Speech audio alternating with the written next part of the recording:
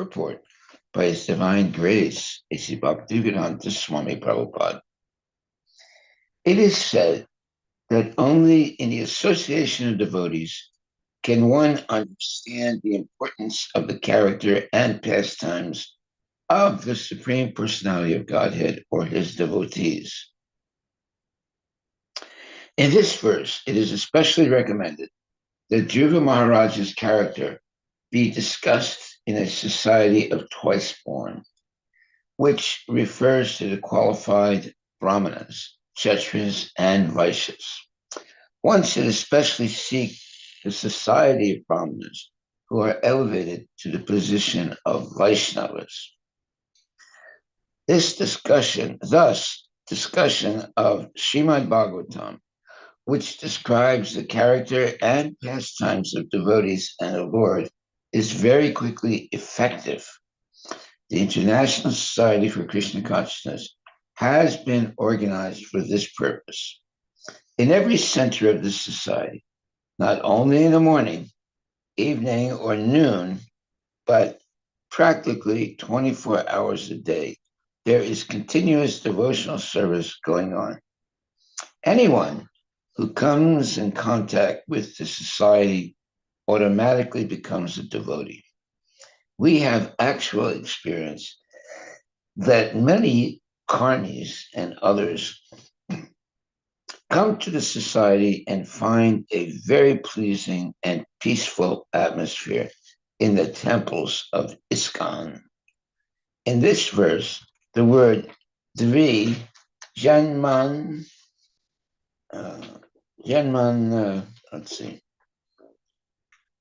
Janmanam means of the twice born. Anyone can join the International Society for Krishna Consciousness and be initiated to become twice born. As recommended by Sanatana Goswami, by the process of initiation and authorized training, any man can become twice born. The first birth is made possible by the parents,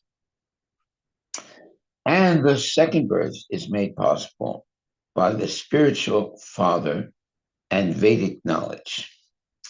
Unless one is twice born, one cannot understand the transcendental characteristics of the Lord and His devotees.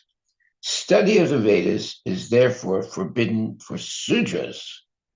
Simply by academic qualifications, a Sudra cannot understand the transcendental science.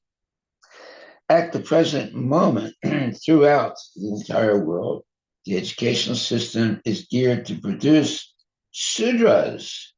A big technologist is no more than a big Sudra. Kalo Sudra Sambhava. In the age of Kali, everyone is a Sudra because the whole population of the world consists only of Sudras. There's a decline of spiritual knowledge, and the people are unhappy. The Krishna consciousness movement has been started especially to create qualified brahmanas to broadcast spiritual knowledge all over the world, for thus people may become very happy. Jai Srila Prabhupada Ki Jai. Okay, so now we'll go to, unless there's any questions about this verse, Canto 4, Chapter 12, verse 48. We'll go on to 49 and 50.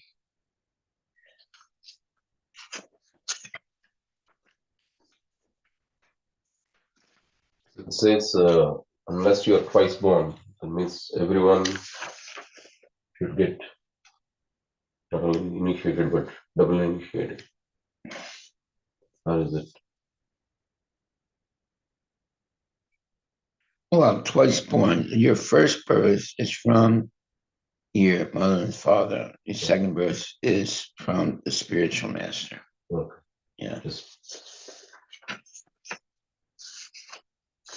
Okay, text 49 and 50.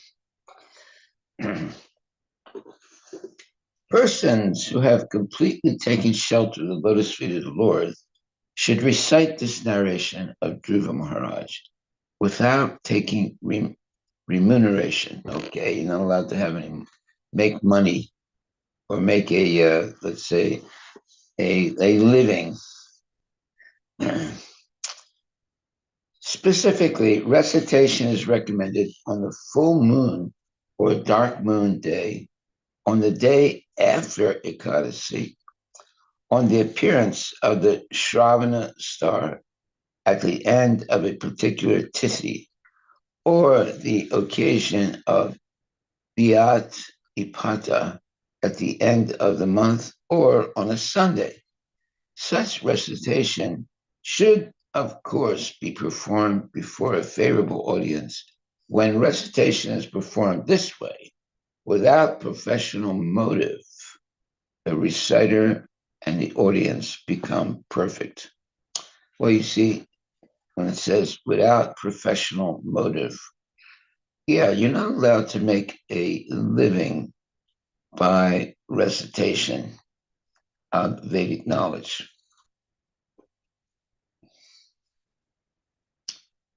You don't do it just to make money.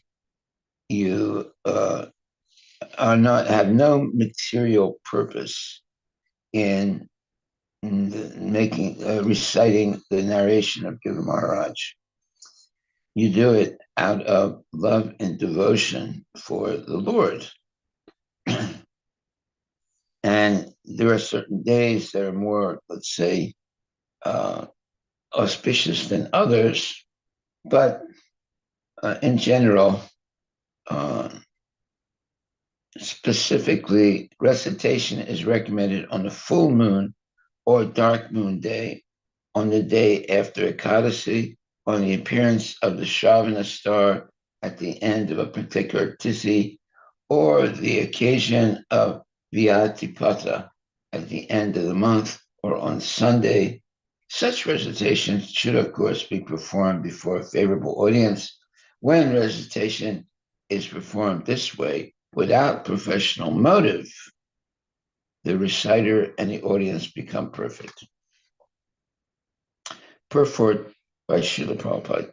Professional reciters may ask money to extinguish the blazing fire within their bellies. Ooh, that means they do it for money, but they cannot make any spiritual improvement or become perfect.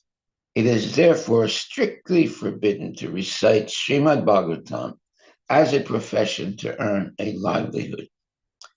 Only one who is completely surrendered at the lotus feet of the Supreme Personality of Godhead, depending fully on Him for personal maintenance or even for maintenance of his family, can attain perfection by recitation of Srimad Bhagavatam, which is full of narrations of the pastimes of the Lord and his devotees. The process can be summarized as follows. The audience must be faithfully receptive to the Bhagavata message, and the reciter should completely depend on the Supreme Personality of Godhead. Bhagavata recitation must not be a business. If done in the right way, not only does the reciter achieve perfect satisfaction, but the Lord also is very satisfied with the reciter and the audience, and thus both are liberated from material bondage simply by the process of hearing. Well, there should not be any pecuniary or material purpose by the recitation of Srimad Bhagavatam. It should be done simply with love and devotion and for the purpose of educating people in how to practice Krishna consciousness correctly. So, therefore, he says, only one who is completely surrendered at the lotus feet of the Supreme Personality of Godhead, depending fully on him for personal maintenance or even for maintenance of his family, can attain perfection by recitation. Okay.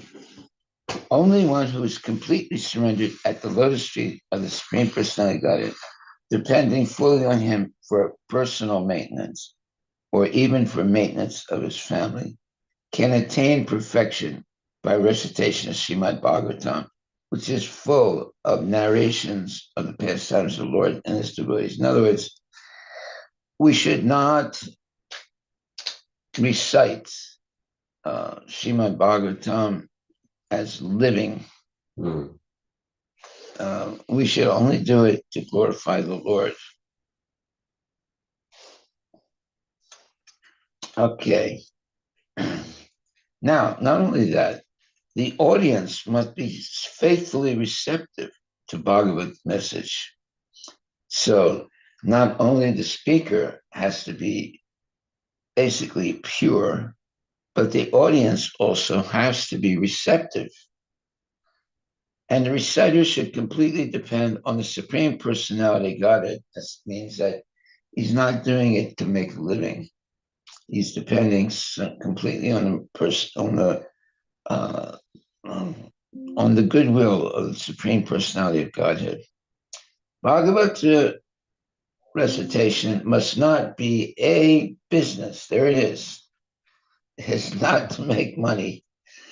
If done in the right way, not only does the reciter achieve perfect satisfaction, but the Lord also is very satisfied with the reciter and the audience, and thus both are liberated from material bondage simply by the process of hearing. Well, that's the whole purpose of recitation. It is not meant for making a living. And the audience has to have a certain qualification also. The audience must be interested in the subject and be very patient and hear with reverence the words of the reciter. The process can be summarized as follows. The audience must be faithfully receptive to the Bhagavata message. Okay, that's one. And the reciter should completely depend on the Supreme Personality of Godhead. In other words, he should not do it for making a living. Bhagavata recitation must not be a business. There it is. If done in the right way, not only does the reciter achieve perfect satisfaction, but the Lord also is very satisfied with the reciter and the audience, and thus both are liberated from material bondage simply by the process of hearing. Okay, so these are recommendations of how to hear properly the Bhagavad Gita spoken by genuine devotees.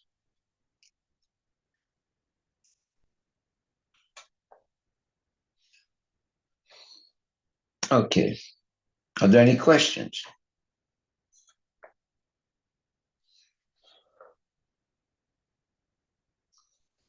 Another interesting point here is that recitation of the Bhagavatam should, of course, be performed before a favorable audience. When the recitation is performed this way, without professional motive, the reciter and the audience become perfect. Okay, so basically it's saying that the reciter should not make their living by the recitation of the Bhagavatam. Now, in India, there are professional reciters and make their living by reciting Bhagavatam. So that is not recommended.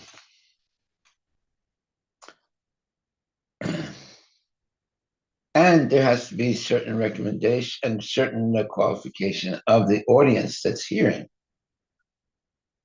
So the audience should be favorable to hearing Bhagavatam recited, and the uh, the recitation must be done on specific days. So is it direct or indirect benefit? Like, Is it what? let's say somebody is speaking on Bhagavatam purely, and then somebody invites them, and then they want to offer some kind of Guru Dakshina, not Guru Dakshina, what is it? Basically, it's a way to appreciate their time and so on. Should the other person not even accept? Like they didn't ask for money. Like a token gift. Yeah.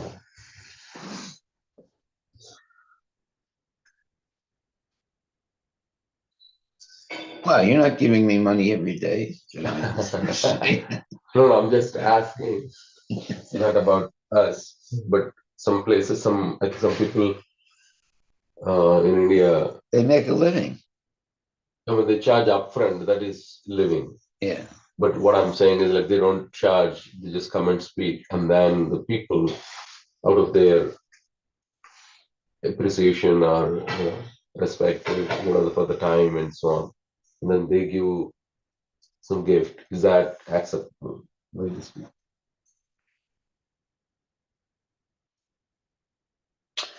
So only one who's completely surrendered at the lotus feet of the Supreme Personality of Godhead, depending fully on Him for personal maintenance.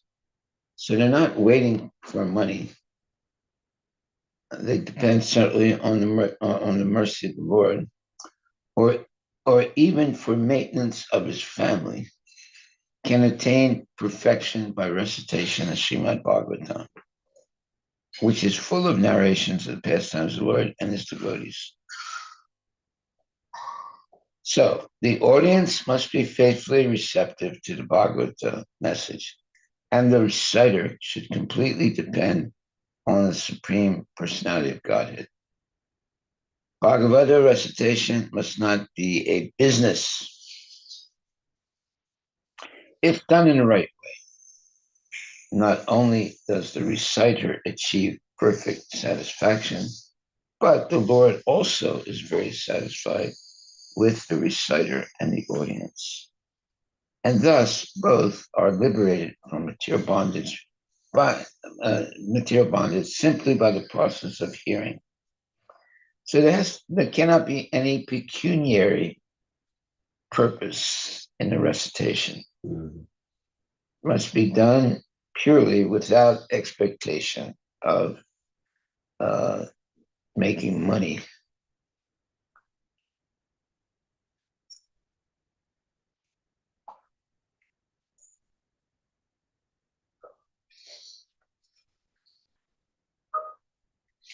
Okay. So it's not a business. Let's put it like that. Mm. That's why Prabhupada says, only one who's completely surrendered at the lotus feet of Supreme Personality of Godhead, depending fully on Him for personal maintenance or even for maintenance of his family, can attain perfection by recitation of Srimad Bhagavatam, which is full of narrations of pastimes of the Lord and His devotees.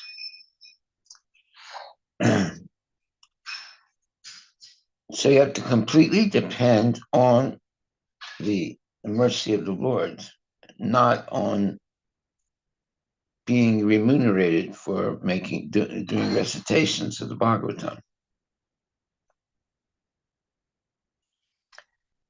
Okay, so the audience must be faithfully receptive to the Bhagavatam message, and the reciter should completely depend on the Supreme Personality of Godhead. Bhagavata recitation must not be a business.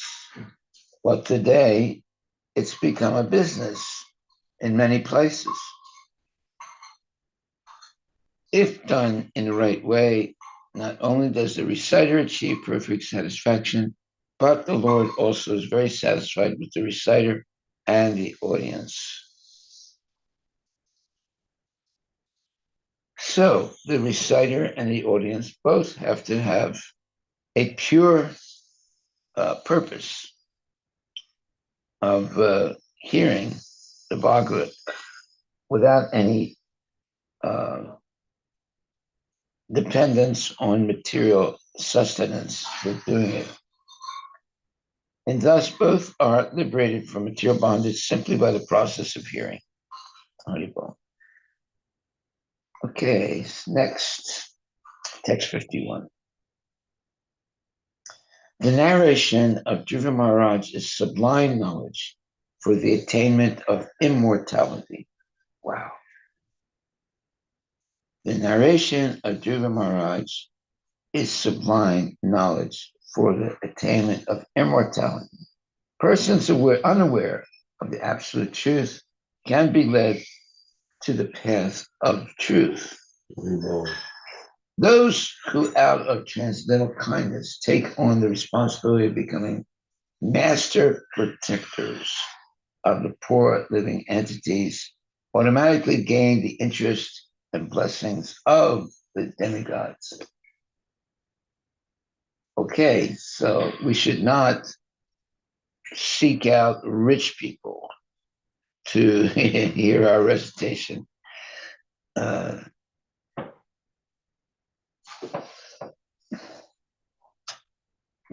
One should not be selective, that he'll only recite for rich people and avoid the poor people.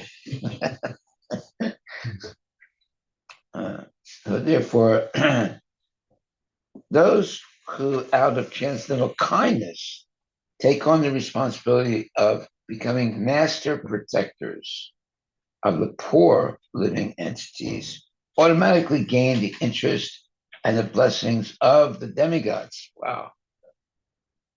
Yeah, so this should not be a money-making, let's say, living. It doesn't matter whether the audience is rich or poor. In other words, it should be done for the benefit of everyone. Of course, some people will do recitations for very wealthy people, and with the expectation that they're going to get a big, let's say, a big amount of money for doing it. So there are professional reciters in India. There's a lot of them. Yeah. Yes, no. In India, they have like a very big, like their package is like they provide a package like it's a very big amount. Like before even they will start, people has to agree. Okay, this is this rate, this rate. There are different level of rates before inviting them or going to their place. Really? Before? Yeah. Because they have their own big team, like 5 people, 10 people. Like they will recite Bhagavatam and then in between some Kirtan and then Bhagavatam. And then money. Yeah, like if they are doing for 7 days, Yeah. so they have some different package. So, all right. They do Bhagavatam Saptah, so 7 days, so they have a different rate. How many people and But this Bhagavatam Saptah is nonsense, actually. It shouldn't, it's not Saptah, it should be every day. Just like we're doing every day, we're reciting, hearing Bhagavatam. It should not be a professional endeavor. Yeah. You see how everything can become bastardized. Look that word up, bastardized. Look up the word bastard. Usually it's a bad word, bastard. But it is a word that is used in the English language. Bastard is usually a child who is born, an illicit child, basically. Yeah. That's what a bastard is. bastardized is lower in quality or value than the original form. Mm-hmm. Yeah. Typically as a result of addition of new elements. Typically what? Typically as a result of the addition of new elements. This is the second meaning. What are the new elements? Their personal, sense gratification.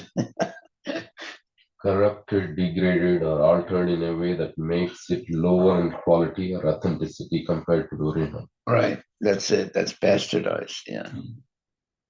Yeah, they're doing it for a living. They're doing it for putting their son in a elite school, getting their daughter married, etc. Those are not the right purposes for recitation. Yeah. Okay. Text 51. The narration of Dhruva Maharaj is sublime knowledge for the attainment of immortality. Wow, I like that. The narration of Dhruva Maharaj is sublime knowledge for the attainment of immortality. Persons unaware of the absolute truth can be led to the path of truth. Those who, out of transcendental knowledge, take on the responsibility of becoming master protectors of the poor living entities automatically gain the interest and the blessings of the demigods. Wow. Purport by Srila Prabhupada. Gyanam Ajnata means knowledge which is unknown almost throughout the entire world. No one knows actually what is the absolute truth. Materialists are very proud of their advancement in education, in philosophical speculation, and in scientific knowledge. But no one actually knows what the absolute truth is. The great sage Maitreya therefore recommends that to enlighten people about the absolute truth, or tattva, devotees should preach the teachings of Srimad Bhagavatam throughout the entire world. Srila Vyasadeva especially compiled this great literature of scientific knowledge because people are completely unaware of the absolute truth. In the beginning of Srimad Bhagavatam, first canto, it is said that Vyasadeva, the learned sage, compiled this great Bhagavata Purana just to stop the ignorance of the mass of people. Because people do not know the absolute truth, this Srimad Bhagavatam was specifically compiled by Vyasadeva under the instruction of Narada. Generally, even though people are interested in understanding the truth, they take to speculation and reach at most the conception of impersonal Brahman. But very few men actually know the personality of Godhead. Recitation of Srimad Bhagavatam is specifically meant to enlighten people about the absolute truth, the supreme personality of God. Although there is no fundamental difference between impersonal Brahman, localized Paramatma, and the supreme person, factually, immortality cannot be obtained unless and until one attains the stage of associating with the supreme person. Devotional service, which leads to the association of the Supreme Lord, is actual immortality. Wow, that is a huge statement. Let me read that again.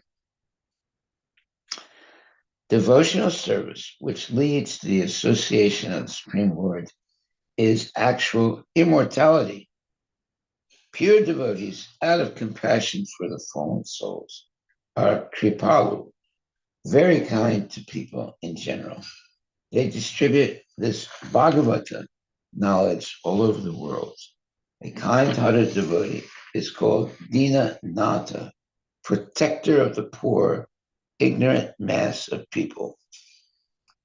Lord Krishna is also known as Dina Nata or Dina Bandhu, The master or actual friend of the poor living entities and his pure devotee also takes the same position of Dinanatha. The Dinanathas, or devotees of Lord Krishna, who preach the path of devotional service, become the favorites of the demigods.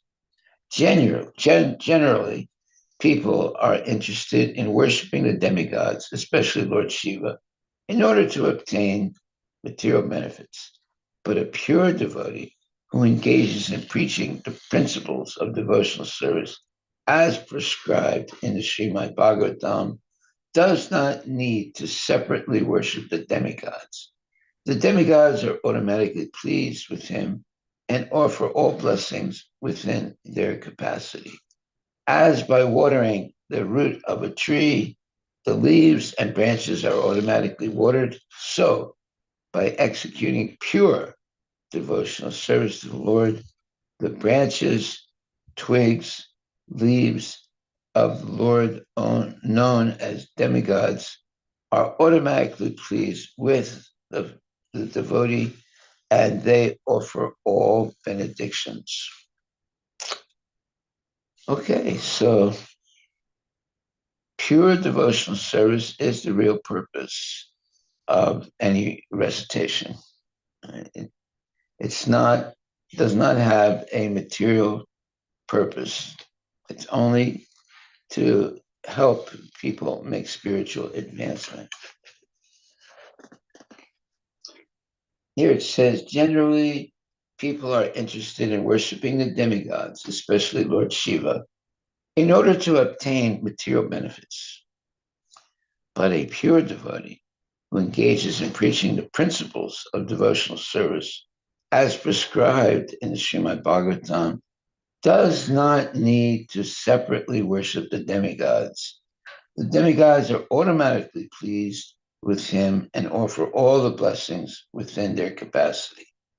As by watering the root of a tree, the leaves and branches are automatically watered, so by executing pure devotional service to the Lord, the branches, twigs, and leaves of the Lord, known as demigods, are automatically pleased with the devotee, and they offer all benediction. Yeah. So, in other words, if you please the Lord without any material motive, but simply please the Lord, then everyone is pleased. Right? But if you want to please yourself and make a living out of professionally reciting the Vedic knowledge, no one is going to be pleased. Yeah, because they might say, "Oh, it was wonderful," but ultimately, it doesn't change their life because the whole thing is a business. Okay, so now text 52 and the last text of Canto 4, Chapter 12. The transcendental activities of Dhruva Maharaj are well known all over the world, and they are very pure. In childhood, Dhruva Maharaj rejected all kinds of toys and playthings. Hey, that's the end of all the toys. The whole industry of toys. It's a huge industry. In childhood, Dhruva Maharaj rejected all kinds of toys and playthings, left the protection of his mother, and seriously took shelter to the Supreme Personality of Godhead, Vishnu. My dear Vidura, I therefore conclude this narration, for I have described to you all its details. Purport by His Divine Grace, A.C. Bhaktivedanta Swami Prabhupada. It is said by Chanakya Pandita, that life is certainly short for everyone, but if one acts properly, his reputation will remain for a generation. Ah, interesting. As the Supreme Personality Godhead Krishna is everlastingly famous, so the reputation of Lord Krishna's devotee is also everlasting. Therefore, in describing Dhruva Maharaja's activities, two specific words have been used. Vikyata, very famous, and Visuddha, transcendental. Dhruva Maharaja's leaving home at a tender age and taking shelter of the Supreme Personality Godhead in the forest is a unique example in this world. Well, when it says it's a unique example, it's implying that we should not try and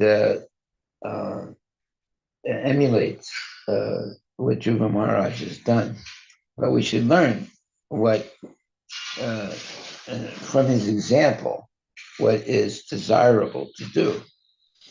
There's a difference between imitating and following. If we try to imitate, we'll fail. If we follow, humbly, then we can be successful in Krishna consciousness. So it says here, therefore, in describing Dhruva Maharaja's activities, two specific words have been used. Vikyata, which means very famous, and Visuddha, which means transcendental. Dhruva Maharaja's leaving home at a tender age and taking shelter of the Supreme Personality Godhead in the forest is a unique example in this world.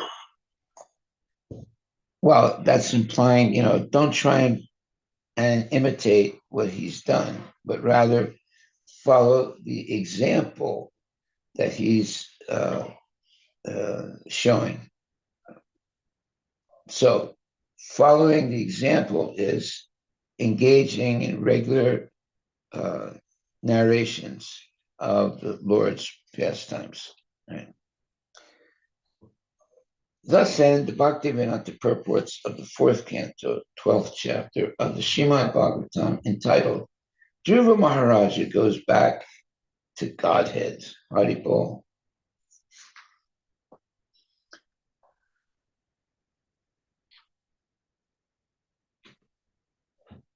Okay, so one thing that's very interesting, it says, Krishna is everlastingly famous. So the reputation of Lord Krishna's devotee is also everlasting. Therefore, in describing Dhruva Maharaja's activities, two specific words have been used.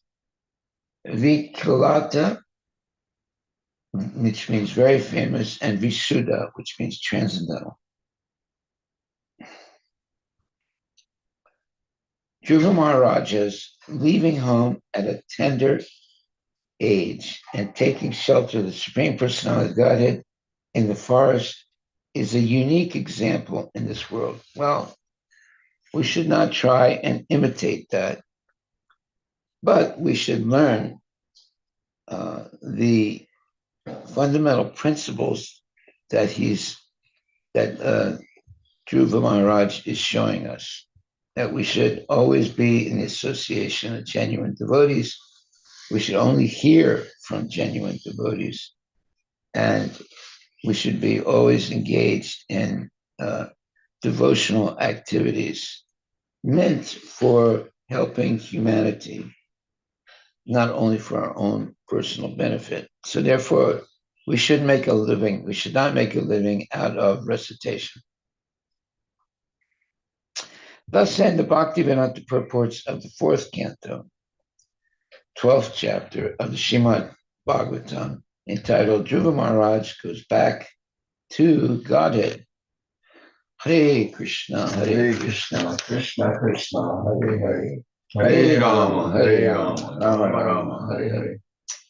Okay, now we're going to chapter 13. Unless there are any questions, does anyone have a question or a comment?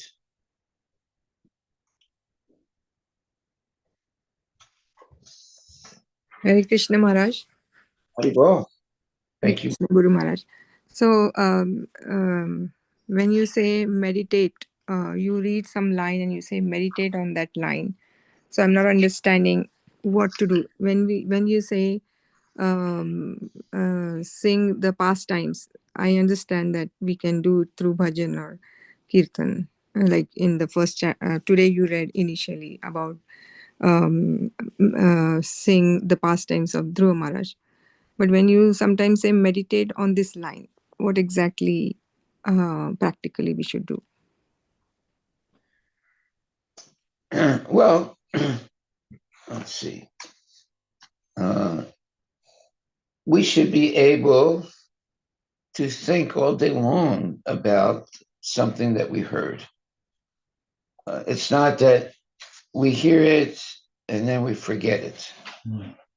We should think about something that is very significant statement and think about it throughout the day.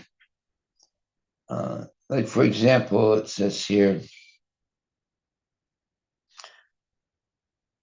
Lord Krishna is also known as Dinanatha or Dinabandhu, the master or actual friend of the poor living entities. And his pure devotee also takes the same position of Dinanatha. The Dinanathas, or devotees of Lord Krishna, who preach the path of devotional service, become the favorites of the demigods. Generally, people are interested in worshiping the demigods, especially Lord Shiva, in order to obtain material benefits. But a pure devotee who engages in preaching the principles of devotional service as prescribed in the Srimad Bhagavatam does not need to separately worship the demigods. The demigods are automatically pleased with him and offer all blessings within their capacity. See, now these are very significant statements that Prabhupada is giving. The tendency of Hindus to worship demigods is always, let's say, a diversion from pure devotional service. So they worship, Ganapati, or they worship this deity or that deity. And basically what they're doing is saying all the gods are equal. So, and they think that by saying that, they are more spiritually, let's say, situated than the Vaishnavas, who give specific, let's say, attention to Krishna, the Supreme Personality Godhead. They think, well, we worship all the demigods, all the gods. So you go to a temple, and there's all kinds of deities, right? So you have Ganapati, and you have Shiva, and you have Parvati, and you have this one, you have that one. They also put mundane men on the altar also. So that kind of worship is not bona fide. What is bona fide? You worship the Supreme Personality of Godhead. So, therefore, in the Vaishnava temples, you only have Vishnu deities. And in Krishna consciousness, it's usually Radha and Krishna, and their expansions. However, in the in the Mayavadi temple, there's all kinds of deities, or there are no deities. Either they have a whole bunch of deities, or they have no deity at all. So this is the problem with modern Hinduism. Usually, they will fill the altar with all kinds of deities. That's why it says here,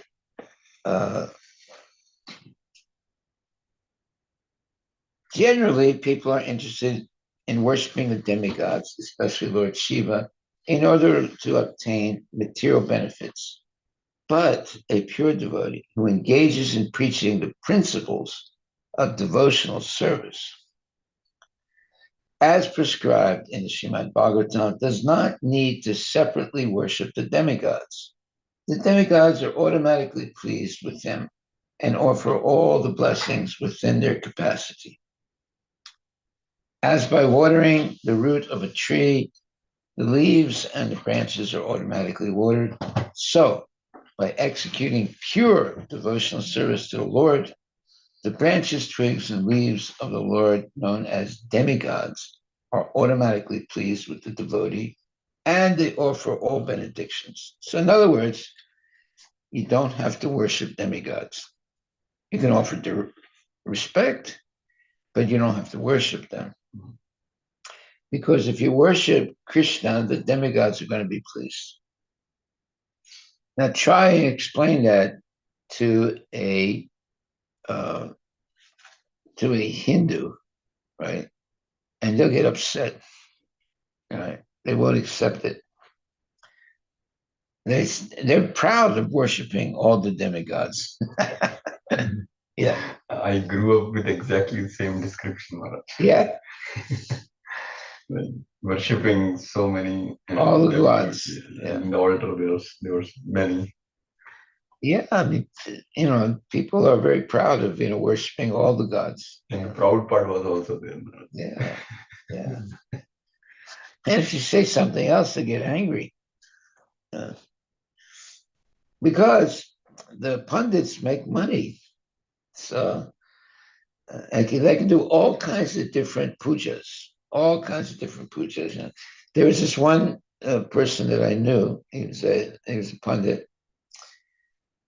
One day he showed me this big, thick book like that. He says, I have every mantra for achieving all kinds of desires in this book. So he was a professional reciter, and he could please everyone. He knew all the different mantras. So yeah.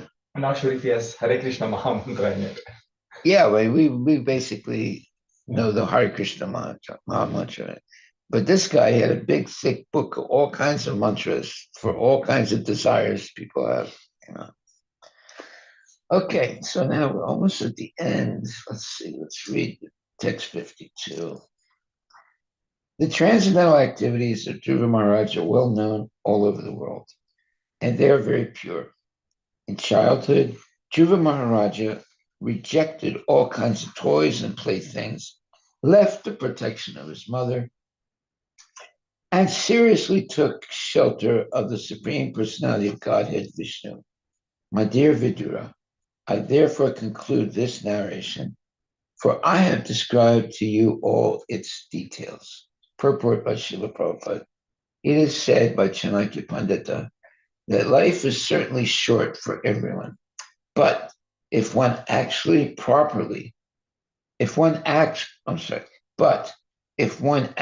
properly, his reputation will remain for a generation. As the Supreme Personality of Godhead, Krishna is everlastingly famous. So the reputation of Lord Krishna's devotees is also everlasting. Therefore, in describing Dhruva Maharaj's activities, two specific words have been used: Vikyata, very famous, and Visuddha, transcendental. Dhruva Maharaja's leaving home at a tender age and taking shelter of the Supreme Personality of Godhead in the forest is a unique example in this world.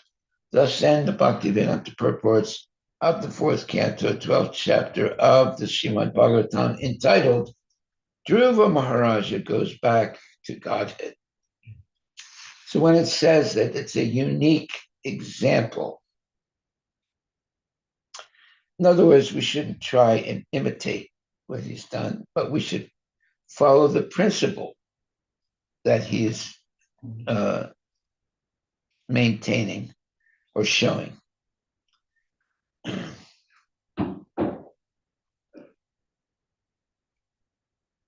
How can you imitate what he's done? 5 years old, he leaves his family, goes into the forest, and takes complete shelter of the Supreme Personality of Godhead. How many children do you think will do that? No, not one. Not even old people. Not even old people. No, nobody. So you can't imitate, but you can understand the principle and follow that. The principle is that we should completely surrender our life to the Supreme Lord, and in the association always of genuine devotees. Thus end the Bhaktivedanta purports for the fourth canto, 12th chapter of the Srimad Bhagavatam, entitled Dhruva Maharaja Goes Back to Godhead. Jai Srila Prabhupada Ki Jai. Okay. Are there any questions or comments?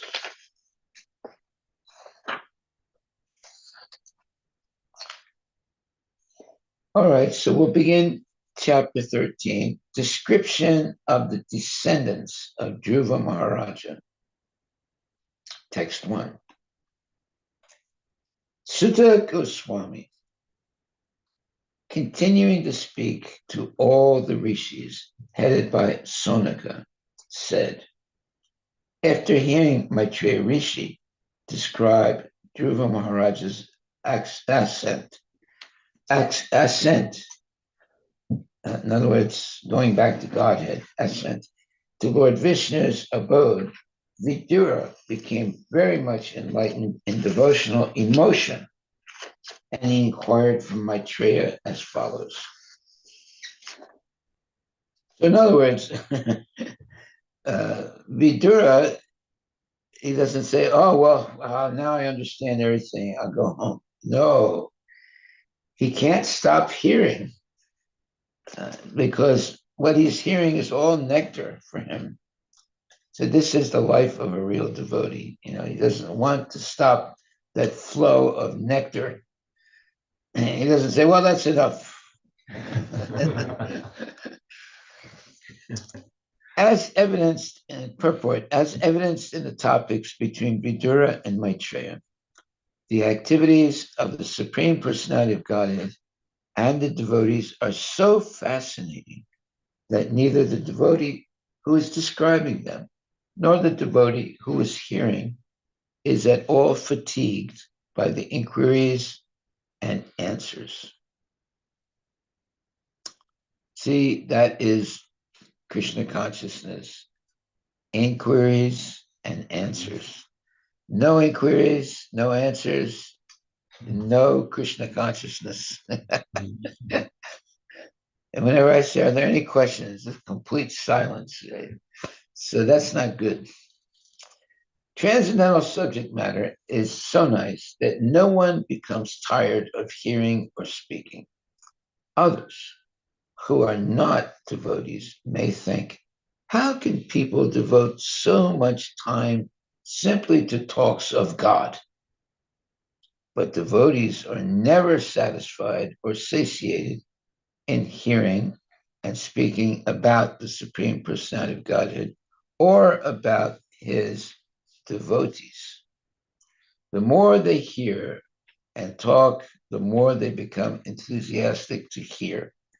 The chanting of the Hare Krishna mantra is simply the repetition of 3 words, Hare, Krishna, and Rama. But still, devotees can go on chanting this Hare Krishna mantra 24 hours a day without feeling fatigued. Whoa, Haribol. Jai Srila Prabhupada ki jai.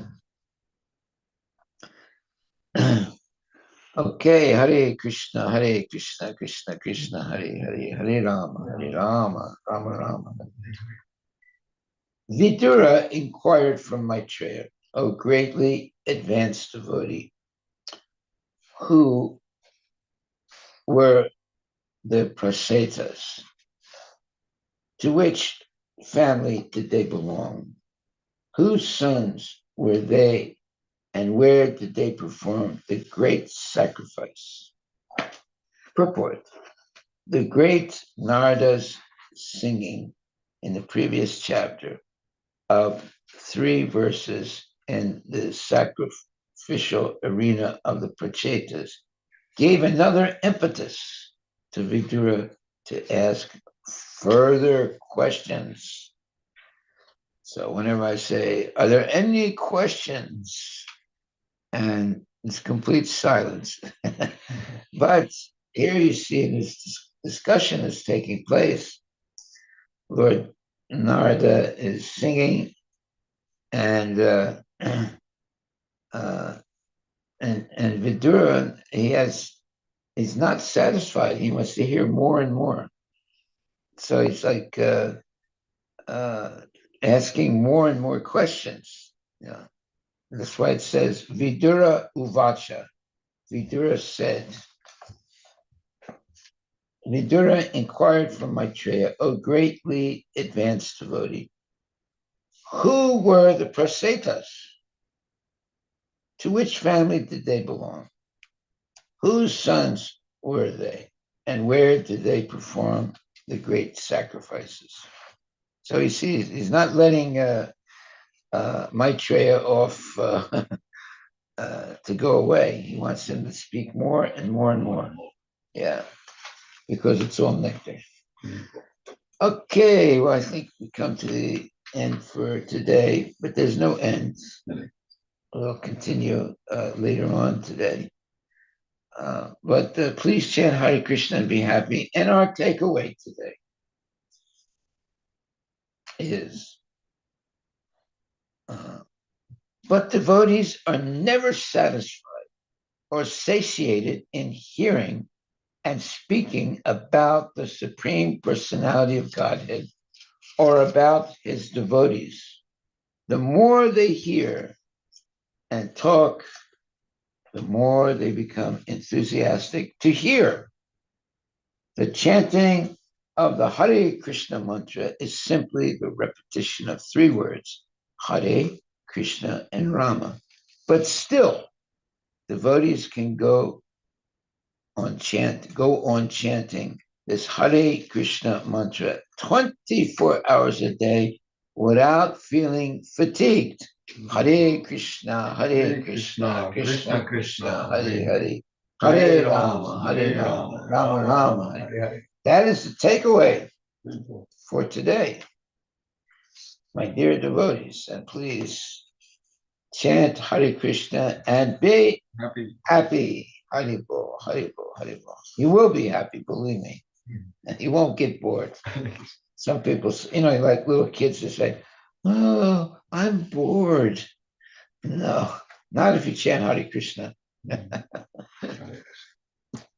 That's why it says, but devotees are never satisfied or satiated in hearing and speaking about the Supreme Personality of Godhead or about his devotees. The more they hear and talk, the more they become enthusiastic to hear. The chanting of the Hare Krishna mantra is simply the repetition of 3 words, Hare, Krishna, and Rama. But still, devotees can go on chanting this Hare Krishna mantra 24 hours a day without feeling fatigued. Haribol, Haribol, Haribol. Okay, so guess what we're going to do now? We're going to chant Hare Krishna mantra. Hare Krishna, Krishna Krishna, Hare Hare, Hare Rama, Rama Rama, Hare. I like this statement by Prabhupada. It's beautiful.